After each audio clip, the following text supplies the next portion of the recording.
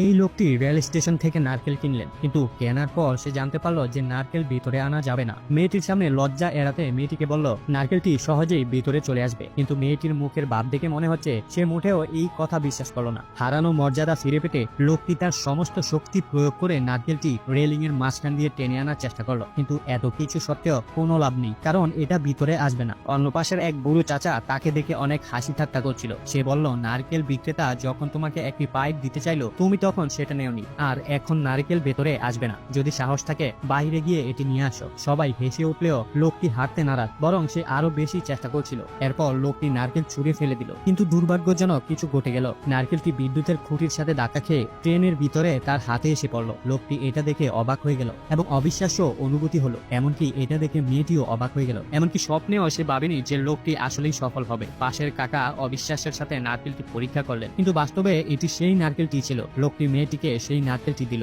এবং তার মন জয় করে নিল।